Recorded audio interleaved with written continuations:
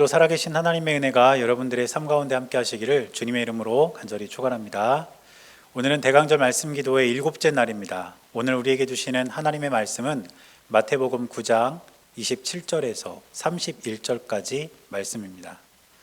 제가 말씀을 봉독할 때 여러분도 함께 말씀을 보시기 바랍니다. 예수께서 거기에서 떠나가실새 두 맹인이 따라오며 소리질러 이르되 다윗의 자손이여 우리를 불쌍히 여기소서 하더니 예수께서 집에 들어가심에 맹인들이 그에게 나아오거늘 예수께서 이르시되 내가 능히 이 일 할 줄을 믿느냐 대답하되 주여 그러하오이다 하니 이에 예수께서 그들의 눈을 만지시며 이르시되 너희 믿음대로 되라 하시니 그 눈들이 밝아진지라. 예수께서 엄히 경고하시되 삼가 아무에게도 알리지 말라 하셨으나 그들이 나가서 예수의 소문을 그 온 땅에 퍼뜨리니라. 아멘. 오늘 우리가 읽은 본문 말씀을 보면 예수님께서 두 맹인의 눈을 고쳐주신 이야기가 기록되어 있는 것을 볼 수가 있습니다. 그런데 오늘 말씀을 보니까 이 두 맹인은 예수님을 향해서 다윗의 자손이여 이렇게 불렀습니다. 오늘 27절을 보면 이렇게 기록합니다. 예수께서 거기에서 떠나가실새 두 맹인이 따라오며 소리질러 이르되 다윗의 자손이여 우리를 불쌍히 여기소서 하더니. 지금 맹인들은 예수님을 다윗의 자손이라고 부르고 있는데 누군가가 예수님을 향해서 다윗의 자손이여 이렇게 부르는 것은 이 맹인들이 처음입니다. 그렇기 때문에 오늘 우리는 이 다윗의 자손에 대해서 조금 더 깊이 살펴볼 필요가 있습니다. 당시 유대인들은 메시아를 기다리고 있었습니다. 구약 성경에 많은 선지자들로부터 예언된 메시아가 곧 오실 것이다. 이런 기대를 갖고 있었는데 구약 성경에 의하면 이 메시아는 다윗의 혈통에서 나온다고 예언이 되어 있었습니다. 그렇기 때문에 맹인들이 예수님을 향해서 다윗의 자손이여 이렇게 불렀다는 것은 이들은 지금 예수님을 메시아로 인식하고 있다는 것을 뜻하는 것입니다. 그렇다면 왜 맹인들은 집요할 만큼 예수님을 다윗의 자손이라고 부르면서 끝까지 예수님을 따라갔을까요? 구약 성경에는 메시아와 연결된 여러 예언들이 있는데 그 중에 하나가 뭐냐면 맹인들이 다시 보게 된다는 내용입니다. 메시아가 오실 것인데 메시아가 오시면 맹인들이 다시 앞을 보게 될 것이다. 이 예언이 기록이 되어 있었다는 것입니다. 그렇다면 이들의 입장에서는 자신들이 다시 앞을 보기 위해서는 메시아를 만나야 하는데 지금 이들 앞에 메시아이신 예수님께서 나타나신 것입니다. 그러니까 맹인들 입장에서는 이 기회를 놓칠 수가 없었고 예수님의 집까지 따라가며 끈질기게 예수님께 치유를 간구한 끝에 다시 앞을 보게 되는 놀라운 기적을 경험하게 된 것입니다. 그런데 오늘 이 본문은 단지 두 맹인이 예수님께 치유를 간구해서 앞을 보게 되었다 이 정도의 이야기로만 그치지는 않습니다. 왜냐하면 이 본문 안에는 훨씬 더 깊은 신앙적이고 영적인 교훈들이 들어있기 때문입니다. 그래서 말씀을 읽어가면서 그 신앙적인 교훈들을 찾아보도록 하겠습니다. 먼저 28절을 보면 이렇게 기록하고 있습니다. 예수께서 집에 들어가심에 맹인들이 그에게 나아오거늘 예수께서 이르시되 내가 능히 이 일 할 줄을 믿느냐 대답하되 주여 그러하오이다 하니. 지금 맹인들은 예수님께서 집으로 들어가실 때까지 계속해서 소리를 지르면서 예수님을 따라갔습니다. 예수님께서 한 관리의 집에서 그 죽은 딸을 살려주지 않으셨습니까? 그리고 그 일 후에 이제 예수님께서는 그 집을 떠나서 길을 가신 거죠. 그런데 그 길 위에서 이 맹인들은 예수님께서 지나가신다는 소식을 들은 것 같습니다. 그러니까 그 예수님 뒤를 따라가면서 다윗의 자손이요, 다윗의 자손이요 이렇게 부르면서 예수님께서 자신들을 향해서 응답해 주시기를 간구했다는 것입니다. 그런데 어찌된 일인지 예수님은 그들을 향해서 돌아보지 않으시고 계속해서 갈 길을 가신 거죠. 어디까지 가신 겁니까? 예수님께서 집에 들어가실 때까지 가신 거예요. 그런데 이 맹인들은 예수님께서 그들의 부름에 응답하지 않으셔도 끝까지 소리를 지르면서 예수님의 집까지 따라간 것입니다.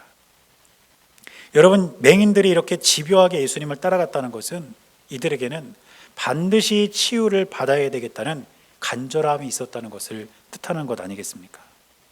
이들은 예수님 아니면 안 된다, 예수님이 아니면 내가 눈을 뜰 수 없다, 이런 간절함이 있었기 때문에 끝까지 예수님을 따라갔습니다. 그런데 오늘 본문에서 맹인으로 기록된 이 헬라어 원어를 보면 어떤 의미가 있냐면 무엇으로부터 가려진, 이런 의미가 있습니다. 이 단어의 원래 의미는 무엇으로부터 가려진이라는 의미인데, 여기서 맹인이라는 단어가 파생이 되었고 마태가 그 단어를 사용한 것입니다. 그래서 오늘 본문을 보면 이 맹인은 사실 실제로 앞을 볼 수 없는 맹인이었습니다.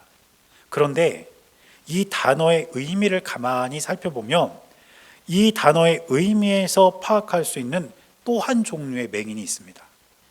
오늘 본문에 등장하는 실제로 앞을 못 보는 맹인 말고 또 한 종류의 맹인이 있다는 거죠.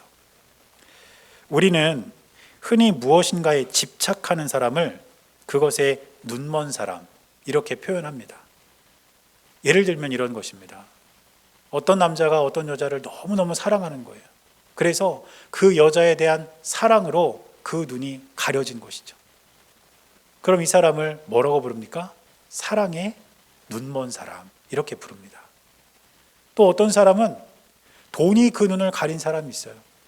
그래서 그 돈만 쫓아다니면서 다른 일은 안중에도 없는 사람이 있습니다. 돈을 버는 일이라면 무엇이든지 하고, 그것이 잘못된 일임에도 불구하고 돈을 위해서라면 무슨 일이든 하는 그런 사람들이 있다는 것이죠. 우리는 그런 사람을 뭐라고 말합니까? 돈에 눈먼 사람. 권력도 마찬가지겠죠. 권력이 그 눈을 가린 사람은, 그래서 권력만을 쫓아 따라가는 사람을 우리는 권력에 눈먼 사람이라 하고, 명예만을 따라가서 명예에 집착하는 사람을 우리는 명예에 눈먼 사람, 이렇게 부른다는 것입니다.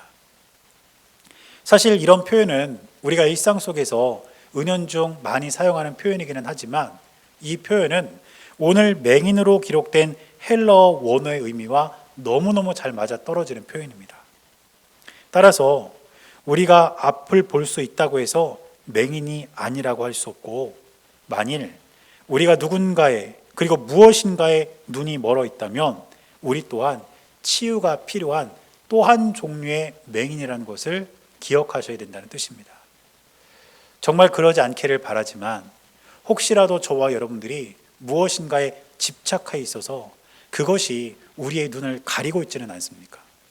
그래서 우리가 마땅히 해야 할 일을 다 제쳐두고 그것만 쫓아서 살아가는 인생이 혹시 우리들의 삶 가운데 있지는 않은지를 돌아볼 필요가 있다는 것입니다.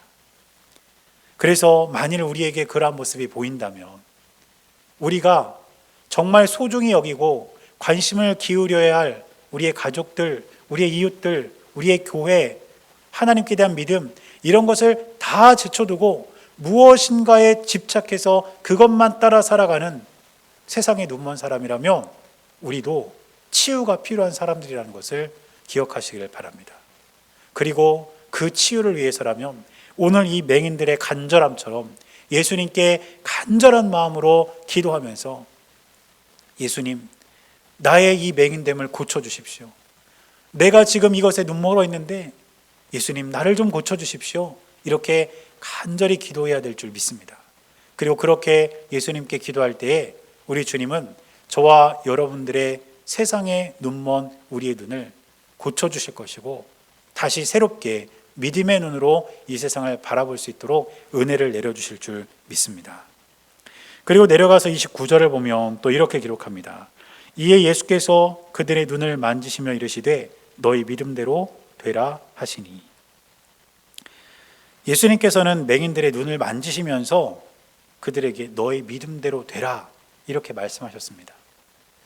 가만히 보면 예수님께서 치유하시는 방법에는 일정한 패턴이 있습니다. 그게 뭐냐면 만지심과 선포라는 것이죠. 예수님과의 접촉 그리고 예수님의 선포가 있을 때 온전한 치유를 경험하게 된다는 것입니다.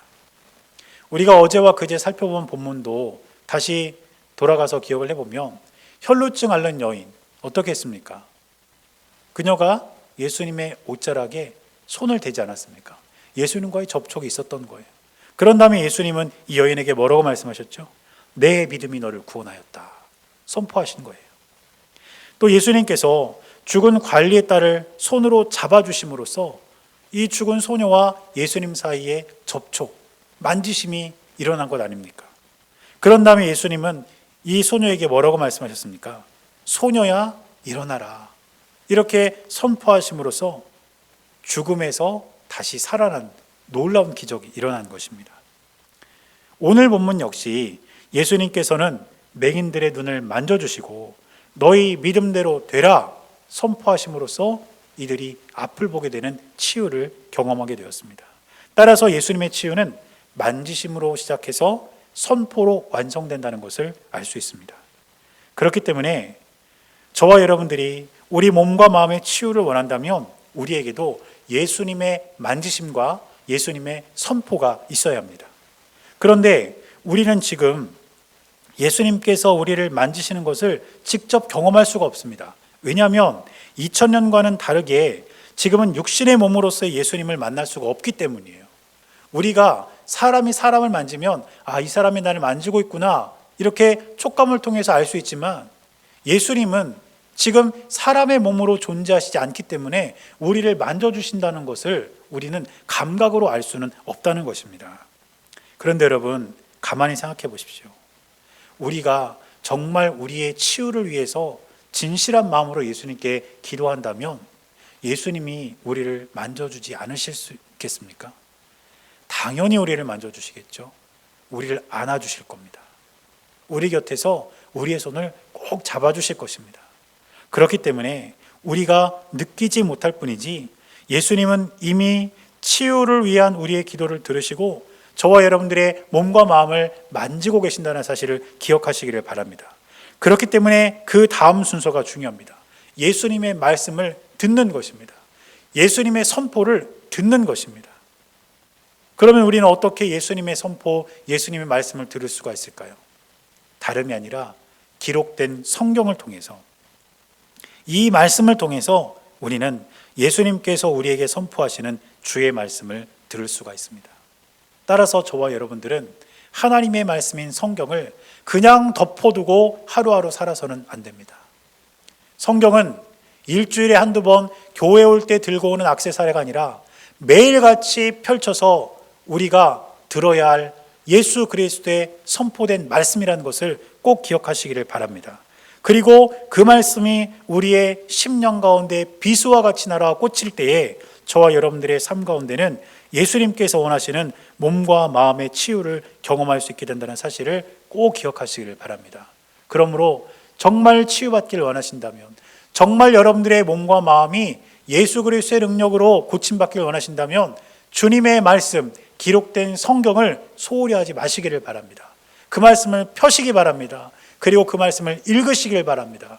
그리고 그 말씀 속에서 여러분들에게 선포하시는, 여러분들에게 말씀하시는 예수님의 음성을 들으시고 그 말씀 앞에서 여러분들이 놀라운 은혜를 경험하게 되시기를 주님의 이름으로 간절히 축원합니다. 그런 다음 30절 말씀을 보면 또 이렇게 기록합니다. 그 눈들이 밝아진지라 예수께서 엄히 경고하시되 삼가 아무에게도 알리지 말라 하셨으나. 드디어 이 맹인들이 고침을 받은 거예요. 그런데 예수님께서는 이 고침받은 맹인들에게 엄히 경고하시면서 삼가 아무에게도 알리지 말라 이렇게 말씀하셨습니다. 내가 너희를 고쳐줬지만 너희들 이 일을 절대로 알리지 말아야 된다. 이렇게 경고하셨다는 겁니다. 왜 그러셨을까요? 여러분, 만일 이 일이 사람들에게 알려지면 예수님은 사실 훨씬 더 유명해지실 거예요. 그리고 인지도도 높아질 겁니다. 그런데 예수님께서는 이 일이 알려지는 것을 원치 않으셨습니다. 왜냐하면 이 일로 인해서 예수님께서 이 땅에 오셔서 정말 하셔야 할 일에 지장을 받을 수가 있기 때문입니다. 예수님은 단지 병든 자만 고쳐주려고 이 세상에 오신 것이 아닙니다. 예수님은 더 큰 목적, 더 본질적인 사명을 갖고 이 땅에 오셨는데 그것이 무엇이냐면 하나님 나라 복음을 선포하러 오셨습니다. 이 세상 모든 사람들의 죄를 사하시기 위해서 이 땅에 오셨다는 것입니다. 그런데 이렇게 예수님께서 치유하시고 기적을 베푸시는 일이 점점 소문이 나서 사람들이 몰려들기 시작하면 예수님의 본질적인 사명을 감당하실 수가 없기 때문에 예수님은 고침받은 맹인들에게 이 사실을 알리지 말라고 경고하신 것입니다. 사랑하는 여러분, 예수님은 많은 사람들을 치유하셨지만 그 치유는 복음을 듣지 않는 사람들에게 복음을 듣게 하는 도구에 불과했다는 것을 우리는 잊지 말아야 합니다. 예수님의 기적은 몸을 치유하지만 예수님께서 선포하시는 복음은 죽은 영을 살리시기 때문에 몸의 치유보다 더 중요한 것은 영혼의 구원이라는 것을 우리가 놓치지 말아야 된다는 뜻입니다. 사랑하는 여러분, 저와 여러분들은 과연 무엇 때문에 치유받기를 원하시나요? 우리는 예수님께 치유를 기도하기 전에 과연 내가 무엇 때문에 치유받기 원하는지 스스로에게 물어야 합니다. 단지 치유를 통해서 나의 불편함이 사라지고 아픔이 사라지는 것이 목적이라면 그것은 잘못된 이유에 불과합니다. 치유의 본질은 복음의 선포라는 사실을 우리는 반드시 기억해야 될 줄 믿습니다. 예수님께서 분명히 사람들을 치유하셨지만 그것은 복음을 선포하기 위한 하나의 도구였다는 사실을 기억한다면 우리가 치유받아야 하는 이유 또한 우리의 치유를 통해 예수 그리스도의 복음이 전해지는 것, 그것이 본질이고 그것이 진짜 목적이 되어야 된다는 사실을 꼭 기억하시기를 바랍니다. 그러므로 저와 여러분들이 예수님께 치유를 위해 기도할 때 하나님, 나의 몸과 나의 마음을 치유해 주십시오, 이렇게 기도할 때 그 목적은 나의 불편함이 사라지거나 나의 아픔이 사라지는 것에 머물지 않고 그 일을 통해 예수 그리스도의 복음이 전해지는 것, 바로 여기에 있어야 된다는 사실을 기억하시고 우리의 몸과 마음을 치유하실 예수님께 간구하는 저와 여러분들이 될 수 있기를 주님의 이름으로 간절히 축원합니다. 그렇기 때문에 오늘 우리가 함께 기도하며 하루를 열 것은 하나님, 우리의 몸과 마음이 치유됨으로써 나만 유익하고 나만 좋은 것이 아니라 복음이 이 땅 가운데 드러나게 해주십시오. 예수님의 영광이 드러나게 해주시고 다친 사람들의 마음이 열려서 예수님의 복음이 그 사람들에게로 들려지게 해주십시오. 그 도구로 나를 사용해 주시고 나를 치유해 주십시오. 이렇게 기도하며 오늘 하루를 사는 저와 여러분들이 될 수 있기를 주님의 이름으로 간절히 축원합니다. 기도하겠습니다. 사랑하는 주님, 우리가 이 세상을 살아가며 육신으로는 눈을 뜨고 있으나 세상의 눈먼 자들이 아닌지를 돌아보게 하시고, 만일 그렇다면 우리도 치유받아서 진정한 믿음의 눈을 뜨고 이 세상을 살아갈 수 있도록 인도하여 주옵소서. 또한 나의 치유가 예수 그리스도의 복음이 선포되어지는 도구로 쓰임받게 하시고 하나님의 영광을 드러내는 주의 자녀가 될 수 있도록 하나님 함께하여 주옵소서. 우리 주님께서 늘 동행하여 주실 것을 믿으며 살아계신 예수님의 이름으로 간절히 기도드렸습니다. 아멘.